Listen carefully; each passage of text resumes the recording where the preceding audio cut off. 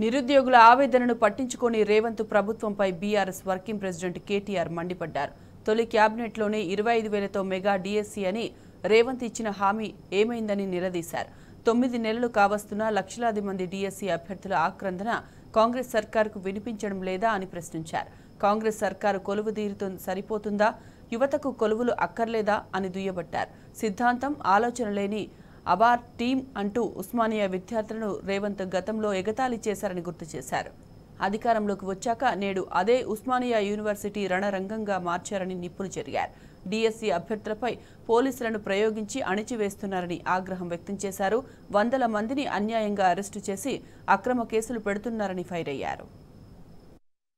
ముఖ్యమంత్రి గారు, తొలి క్యాబినెట్లోనే 25,000తో మెగా డీఎస్సీ అని మీరు ఇచ్చిన మాట ఏమైంది? 9 నెలలు కావస్తున్నా లక్షలాది మంది డీఎస్సీ అభ్యర్థుల ఆక్రందన మీ కాంగ్రెస్ సర్కారుకు వినపడడం లేదా? మీరు కొలువు తీరితే సరిపోతుందా, యువతకు కొలువులు అక్కర్లేదా? ఉస్మానియా విద్యార్థులు అడ్డ మీద కూలీల్లాంటి వారని ఎగతాళి చేశారు. తిన్నది అరిగేదాకా అరిచి బీరు బిర్యానీ బ్యాచ్ అని బదనాం చేశారు. సిద్ధాంతం, ఆలోచన లేని ఆవార టీమని అవహేళన చేశారు. అధికారంలోకి వచ్చాక నేడు అదే ఉస్మానియా యూనివర్సిటీని రణరంగంగా మార్చారు. డీఎస్సీ అభ్యర్థులపై పోలీసులను ప్రయోగించి అణిచివేస్తున్నారు. వందల మందిని అన్యాయంగా అరెస్టు చేసి అక్రమ కేసులు పెడుతున్నారు. కనీసం శాంతియుతంగా నిరసన తెలిపే హక్కును కూడా కాలరాస్తున్నారు. గుర్తుపెట్టుకోండి, ఉస్మానియా విశ్వవిద్యాలయం దేశ సరిహద్దుల్లో లేదు. మరెందుకు ఇన్ని బలగాలు, ఎందుకు ఇంతటి నిర్బంధం? మళ్లీ ఉద్యమం నాటి పరిస్థితుల్ని ఎందుకు కల్పిస్తున్నారు? నిత్యం పోలీసుల బూట్ల చప్పుళ్లతో ఎందుకు కలవరపెడుతున్నారు? కాంగ్రెస్ చేతగాని తనాన్ని ప్రశ్నించడమే వాళ్లు చేసిన నేరమా? ప్రచారంలో ఇచ్చిన హామీలు నెరవేర్చమని అడగడమే పాపమా? ముఖ్యమంత్రిగా మీకు మోకా వస్తే డీఎస్సీ అభ్యర్థులకు ఇంత ధోకా చేస్తారా? ఇప్పటికే మెగా డీఎస్సీ అని నిరుద్యోగ యువతను నిలువునా మోసం చేశారు. ఇప్పుడు ప్రిపరేషన్కు కూడా టైం ఇవ్వకుండా వారి భవిష్యత్తుతో ఏమిటి ఈ చెలగాటం? పరీక్షలు వాయిదా వేయాలని డీఎస్సీ అభ్యర్థులు కోరుతున్నా ఎందుకీ మొండి వైఖరి?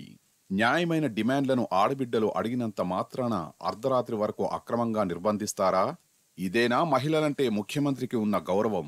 అధికారంలోకి రాగానే నోటిఫికేషన్లు, అపాయింట్మెంట్ ఆర్డర్లు ఇస్తామన్నారు. ఇప్పుడు కనీసం సీఎం అపాయింట్మెంట్ కూడా నిరుద్యోగులకు ఎందుకు ఇవ్వడం లేదు? ప్రచారంలో యువతను మభ్యపెట్టారు. పీఠమెక్కగానే వారి భవిష్యత్తును బలిపెడతారా? నిరాహార దీక్షలు చేసినా స్పందన లేదు. పేగులు తెగేదాకా కొట్లాడినా కనికరం లేదు. పార్టీ ఫిరాయింపుల మీద ఉన్న దృష్టి పోరుబాట పట్టిన నిరుద్యోగులపై లేకపోవడం కాంగ్రెస్ సర్కారుకు సిగ్గుచేటు. ఇన్నాళ్ళు అసమర్థ కాంగ్రెస్ ను భుజాలపై మోసిన సోకాళ్లు మేధావులు ఇప్పుడు ఎక్కడున్నారు? ప్రశ్నించే గొంతులు ఎందుకు మూగబోయాయి? ఇప్పటికైనా డీఎస్సీ అభ్యర్థుల గోస తీర్చాలి. పరీక్షల వాయిదా, పోస్టుల పెంపు డిమాండ్లు నెరవేర్చాలి. డీఎస్సీ అభ్యర్థులకు న్యాయం జరిగే వరకు బీఆర్ఎస్ జెండా వారికి అండగా ఉంటుంది. లేకపోతే ఈ గుడ్డి ప్రభుత్వానికి గుణపాఠం చెప్పేందుకు నిరుద్యోగులతో కలిసి మరో ఉద్యమాన్ని నిర్మిస్తాం. జై తెలంగాణ.